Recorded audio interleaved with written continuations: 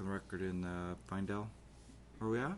We think we have terms, but Mr. Weinstedt is, I'll let him speak for himself. He's uncomfortable since he just met this client. I was doing a status check for Leslie, who's the responsible attorney. Right. We're getting into the negotiations are taking they're becoming a little more subtle, and I think I need to rely on Leslie having some input with the background of the case. What we would like to do is if the court would just set this for a return hearing maybe 10 days out, and either we have it settled or we just get a trial date if the court would be willing to do that. Shan, I'd ask for it a little bit differently, and I basically say I will put together the written terms today, shoot them out to Ms. Cohen.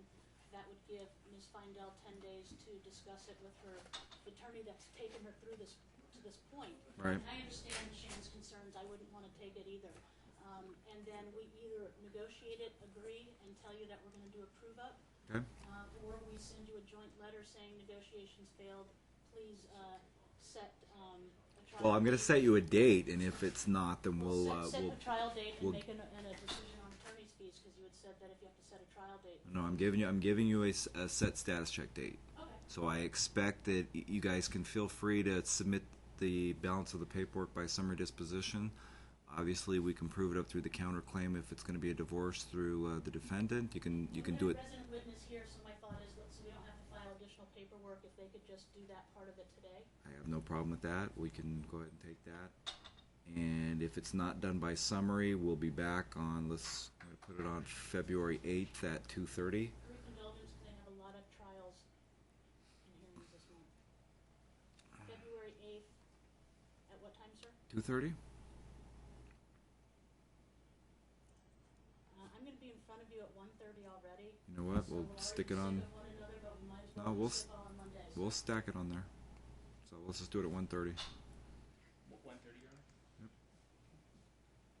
I've got Tamboni at 1:30, so are you putting this at 2:30? No, we'll stick you on at 1:30 in case we'll get everybody there and get you out of here if we can. Very well, appreciate that. No problem. All right. Okay. Did the court entertain putting a resident witness? Yes.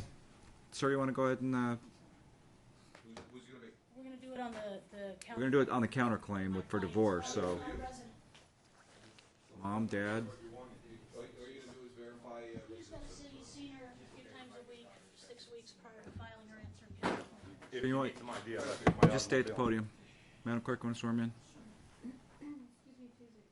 You do solemnly swear that the testimony you're about to give in this action shall be the truth, the whole truth, and nothing but the truth, so help you God. I do. Sir, just state your name for the record Earl Dean Larson, and your address. 75 North, Valle Verde, Unit 2113, Henderson, Nevada, 89074. You are a resident of the state of Nevada. I am. And when did you come to Nevada to make it your home and residence? 6 years ago. And you know the defendant. I do. And what's your relationship with her? I am her father. That's sufficient for me. Ms. Lubers, do you have any other questions of the resident witness? The only thing I'd ask is you have seen your daughter at least 3 to 4 times a week, at least 6 weeks prior to the filing of her answer in counterclaim, correct? Yes. So that you know of your own knowledge that she is a bona fide resident of Clark County. Yes. That's all I need, Judge. All right. Court finds that that'll be sufficient to establish the defendant's residency. All right. We'll see you back in a couple weeks. Thanks, sir. All right, guys. Have a good one.